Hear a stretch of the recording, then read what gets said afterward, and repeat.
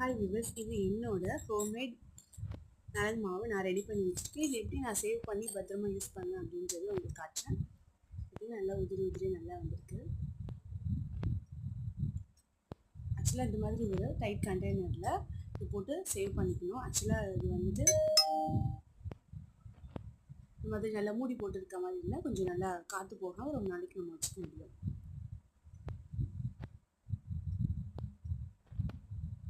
அப்படின்னாலும் நம்ம குளிக்கும் போது ஒரு வேளை நிறையா கொட்டிட்டோம் அப்படின்னா, இந்த நலுங்கு மாவு யூஸ் கொட்டிட்டோம்னா அதை திரும்ப பாக்ஸ்குள்ளே ஈரம் இல்லாமல் போட்டால் கூட கொஞ்ச நாள் கழித்து அது ஸ்மெல் வந்துடும். ஸோ முடிஞ்ச அளவுக்கு கொட்டும் போதே தேவையான அளவு மட்டும் யூஸ் பண்ணிவிட்டு அதை பத்திரமா வச்சுக்கணும். நம்ம குளிக்க போகிறோம் அப்படின்னா இந்த மாதிரி ஒரு ஸ்பூனில் ஒரு 3 ஸ்பூன் போட்டு அதை தண்ணியில் மிக்ஸ் பண்ணி ஒரு சோப் மாதிரி நம்ம யூஸ் பண்ணோம். நல்ல யூஸ்ஃபுல்லாக இருக்கும்.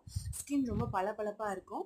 வெயிலுக்கு ரொம்ப வேர்வை ஸ்மெல் இல்லாமல் ரொம்ப யூஸ்ஃபுல்லான ஒரு நல்ல ஒரு ரெமெடி தான் இது, ஹோம்மேட் ரெமெடி. ஸோ முடிஞ்ச அளவுக்கு எல்லாரும் யூஸ் பண்ணுங்கள். மறக்காமல் பேஜை சப்ஸ்கிரைப் பண்ணுங்கள், லைக் பண்ணுங்கள். தேங்க்யூ ஃபார் வாட்சிங்.